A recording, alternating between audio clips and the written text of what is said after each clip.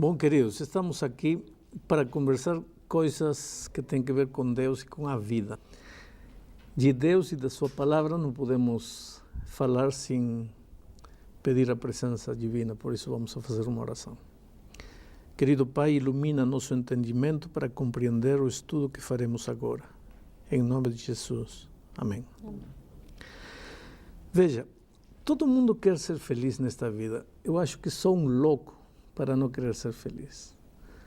A pergunta é, se todo mundo quer ser feliz, por que não todo mundo é feliz? Porque para ser feliz não basta querer ser feliz. Porque se de querer ser feliz dependesse a felicidade, todo mundo seria feliz, porque todo mundo quer ser feliz. O problema é que para ser feliz precisa conhecer o caminho da felicidade. Veja, quando você compra um aparelho elétrico, um ferro, um DVD, um computador, qualquer coisa, chega em casa, está a caixa, abre, tem um plástico, em cima do plástico tem um livrinho, chama-se o Manual de Instruções. Para que está esse manual aí? Para que, seguindo o manual, o aparelho te dure o máximo que possa te durar e te produza o máximo que possa produzir. Agora, o que acontece com a gente? A gente pega o manual e joga fora e começa a manusear o aparelho até que dá certo. Às vezes a gente só lembra do manual quando quebrou o aparelho. Bom, você não é um aparelho, é gente linda. E quando Deus te criou, Ele não te deu um manual de instruções. Deus te deu um manual de vida, um manual de procedimento. Se você seguir o manual, você vai ser feliz. As pessoas não são felizes neste mundo simplesmente porque ignoram o manual. E esse manual, ao que estou me referindo, é a palavra de Deus. A Sagrada Escritura, a Bíblia, o livro sagrado, como queiramos chamar. A pergunta é, por que acreditamos que este livro é a palavra de Deus?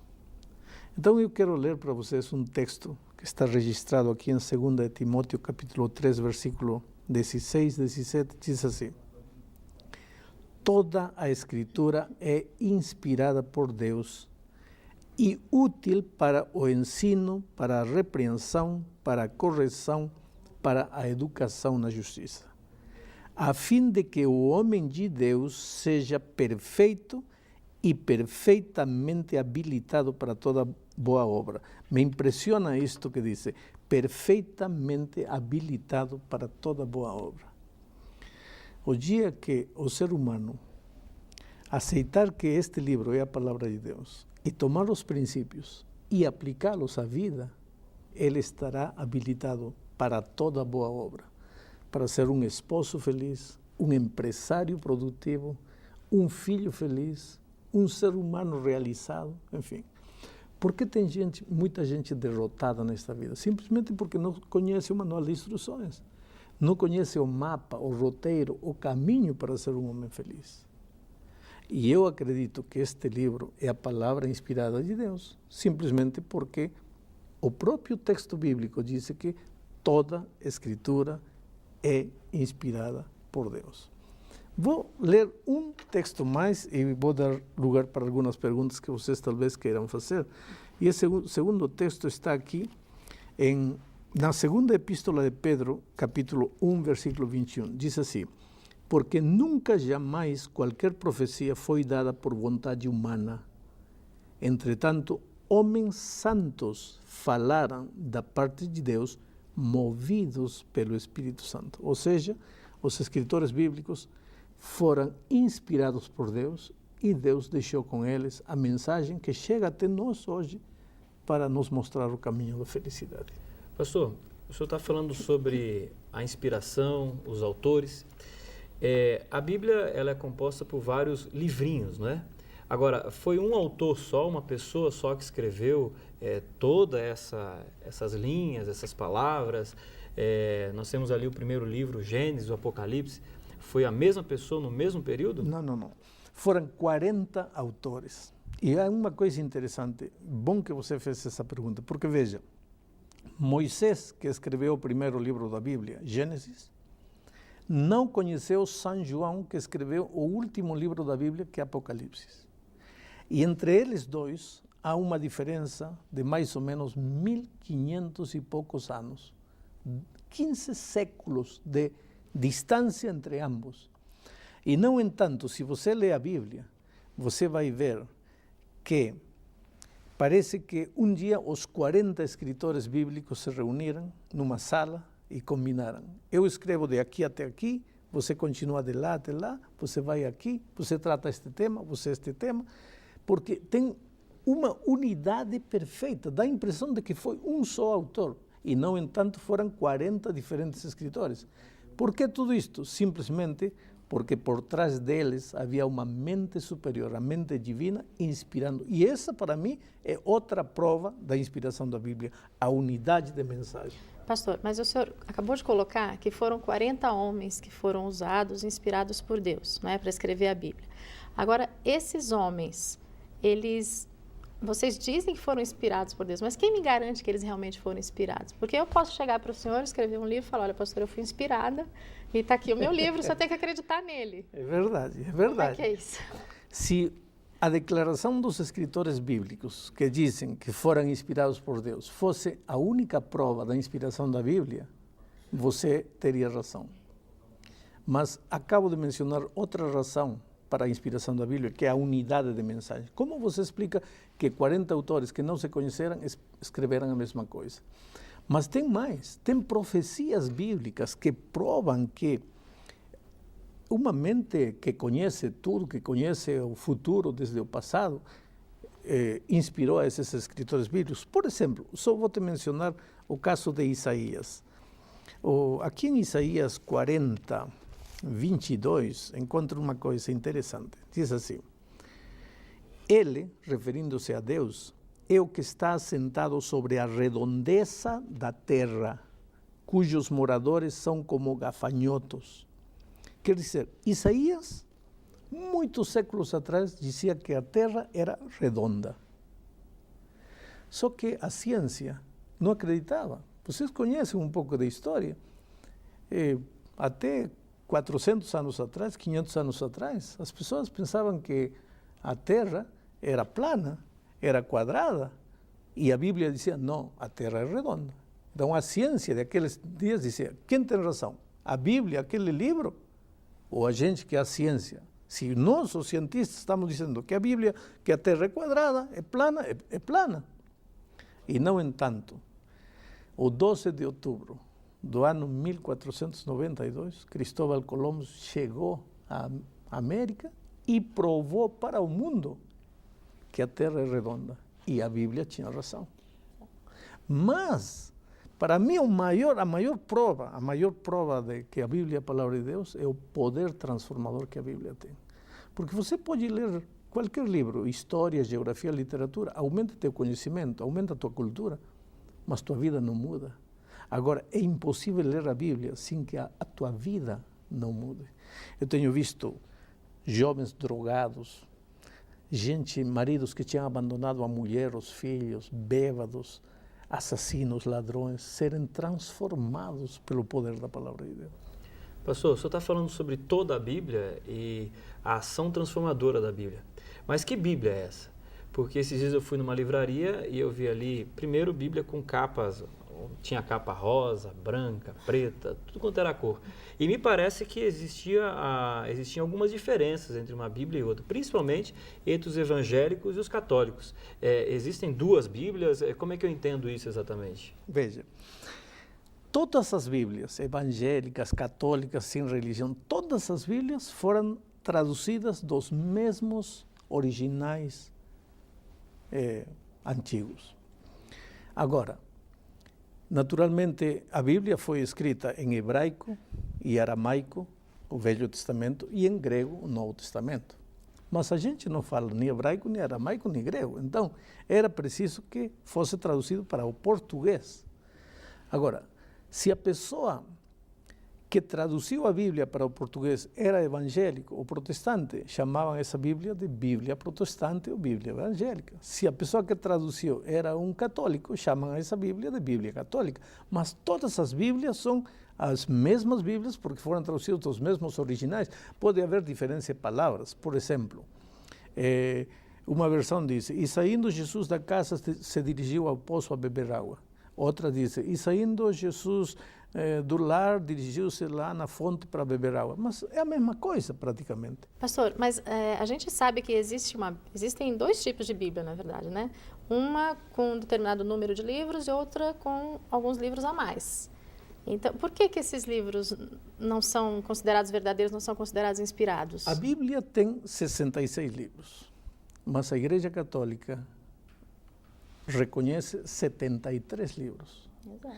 Ou seja, alguns livros que a maior parte das igrejas não aceita como livros inspirados. E por quê? Vou te ler um texto da Bíblia que me ajuda para isto. Está em Romanos, capítulo 3, versículos 1 e 2. Diz assim, qual é, pois, a vantagem do judeu? Ou qual a utilidade da circuncisão? Qual é o privilégio que os judeus têm? E vejam que o versículo 2 diz, muita, sob todos os aspectos, principalmente porque aos judeus foram confiados os oráculos de Deus. Quer dizer, o povo judeu pode não ter aceitado Jesus, pode ter rejeitado Jesus quando ele veio a esta terra, o que quisermos. Mas o texto bíblico, inclusive o Novo Testamento, Paulo aqui em Romanos, diz, há um privilégio que o povo judeu tem, é que a eles foi confiada a palavra de Deus. E o povo judeu não aceita os livros apócrifos como livros inspirados. Por outro lado, Jesus mencionou muitas referências do Velho Testamento, nunca um daqueles livros apócrifos. Os escritores do Novo Testamento usaram muitas referências do Velho Testamento, mas nunca um dos livros apócrifos. Por outro lado, todos os livros do Velho Testamento foram escritos ou em hebraico ou em aramaico. Mas estes livros apócrifos foram escritos em grego. Então temos muitas provas de que eles não são reconhecidos como livros inspirados por Deus. Quando eu olho para a Bíblia agora, pastor, 66 livros, foram 40 autores. No primeiro momento eu começo a folhear de um lado para o outro.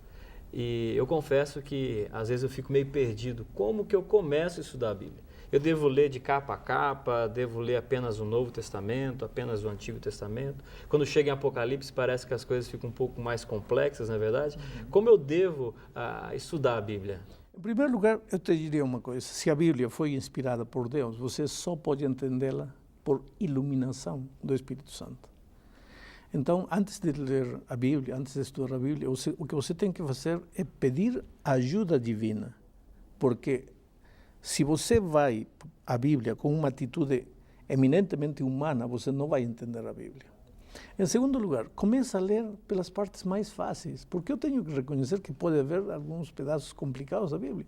Começa pelos evangelhos, o Evangelho de São João, que é lindo, Mateus, Marcos, Lucas, enfim. O que acontece? Isto é como comer jiló. Tem gente que diz, eu não gosto de jiló, mas nunca comeu, experimenta. Você vai ir gostando, e vai chegar um momento que não vai poder viver sem jiló. Experimenta a Bíblia, pouquinho a pouco, e você vai começar a sentir o sabor, e vai chegar um momento em que vai descobrir as verdades maravilhosas que, aplicadas à tua vida, vão te mostrar o caminho da felicidade. Pastor, mas uma dúvida. Se a Bíblia, o senhor falou para a gente no começo, a Bíblia é a carta de Deus para nós, não é? Normalmente, quando a gente escreve uma carta, a gente costuma ser muito claro no que a gente escreve, né? E eu acho a Bíblia muito difícil de ser compreendida, muito difícil. Tem muitos simbolismos, muitas profecias cheias de animais e períodos proféticos. A gente não entende por que Deus, ao inspirar as pessoas que escreveram a Bíblia, por que elas escreveram de uma forma tão difícil da gente compreender? Não podia ser mais claro, mais direto? Não seria tão mais fácil? Seria. E em um estudo posterior, vamos estudar como os verdadeiros, sinceros homens de Deus que queiram seguir as instruções bíblicas serão incompreendidos, maltratados e até perseguidos. Então, para não fazer a vida tão difícil àqueles sinceros filhos de Deus, Deus escondeu, não digo que escondeu, Deus como que disfarçou a sua mensagem para que unicamente os sinceros de coração compreendam a palavra de Deus. Agora, como que unicamente os sinceros de coração? Porque para entender a palavra de Deus, você tem que ir como uma criança, com desejo de aprender. Você tem que ir com atitude humilde, tem que se despojar de seus preconceitos. Veja, a Bíblia é um livro perigoso, e te explico por quê. Porque se você pegar um texto da Bíblia, um verso da Bíblia, você pode falar a Bíblia disparates, que a Bíblia nunca falou. Por isso, para que a Bíblia possa ser entendida, tem que ser estudada dentro do contexto. Por exemplo, vamos dizer que eu estou falando com a Márcia e contando para ela, olha, quando eu estava vindo para aqui, eu vi 2 motoristas brigando e um deles agarrou o outro do pescoço e disse, olha, vou te matar. E você nesse momento está passando no momento em que eu estou contando para ele e digo, vou te matar. E você ouve sair da minha boca a palavra, vou te matar. E você sai correndo e diz, aqui o pastor Bulhão falou, vou te matar. Falou para a Márcia que vai matar a Márcia. Espera, eu falei, vou te matar? Sim. Mas eu não disse que eu ia matar a Márcia. Eu estava contando para ela uma história. Mas você pega a palavra, vou te matar, e anda dizendo que... É decir, está escrito, mas não é isso que está querendo dizer. Para entender a Bíblia, você tem que ler o contexto, para saber o que o texto está falando. Agora vem uma pergunta que ninguém de vocês me fez. Por que com uma só Bíblia existem tantas religiões? Eu estava justamente pensando nisso, pastor, porque olha, tantas pessoas, justamente por ela ser muito complexa, cada um dá uma interpretação diferente. Como é que eu vou saber quem está falando a verdade? Aí que está, porque as pessoas pegam um verso, aqui diz assim, sim, diz assim, mas vamos ler o verso dentro do capítulo para ver de que está falando. Porque não é, diz assim, se você pega palavras isoladas, versos isolados, vai fazer dizer a Bíblia coisas que a Bíblia nunca falou. Por isso, para estudar a Bíblia, quer ver o que a Bíblia fala sobre graça, não pega um verso. Pega todos os versos da Bíblia que falam sobre graça. Quer ver o que a Bíblia fala sobre salvação? Pega todos os versos da Bíblia que falam sobre salvação. Não pode pegar um verso aqui isolado do texto e querer dizer a Bíblia diz isto porque não diz assim. Quando eu olho para a Bíblia, pastor, e de uma forma rápida, né? A impressão que me dá é que eu estou lendo um livro de história onde eu tenho o povo de Israel como centro. O povo de Israel realmente é o centro? Eu tenho que olhar para a Bíblia como um livro de história? Ou o que realmente é o mais importante de toda a Bíblia? Eu acho que o centro da Bíblia é o amor de Deus por você. Não por Israel, é pelo ser humano. Porque quando Deus criou Adão e Eva, não criou Israel. Adão e Eva não eram israelitas. Deus criou o ser humano e Cristo não morreu por Israel, morreu pelo ser humano. E quando Jesus voltar a esta terra, não vem para salvar Israel, vem para salvar o ser humano. É verdade que na Bíblia se menciona muito o povo de Israel, mas a Bíblia é uma carta de amor para você e para você e para mim. Eu quero chegar ao fim deste estudo falando especialmente para você que está assistindo este programa. Veja, você é a coisa mais linda que Deus tem nesta vida. Ele ama você, Ele gosta de você. Ele gosta de você como você não tem ideia. Agora, você acha que Ele te criou e te colocou neste mundo e diz assim, agora você vire-se aí, tente ser feliz do jeito que você puder. Não. Neste momento, Ele conhece tuas lutas, conhece tuas dores, teu sofrimento. Se você está com um casamento destruído, com um lar desfeito, está desempregado, está machucado por dentro, ferido, condenado à morte por um câncer, Deus ama você, Deus conhece você. E te digo uma coisa, neste livro maravilhoso, Deus escreveu tudo o que você precisa ouvir hoje. Apesar que é um livro antigo, não foi só para os homens de outro tempo. Apesar que é um livro antigo, tem verdades maravilhosas para você hoje. E se você ler a Bíblia, você vai ver que Deus vai abrir seus olhos para uma dimensão da vida que você ainda não conhecia. Que Deus te abençoe e te cuide sempre.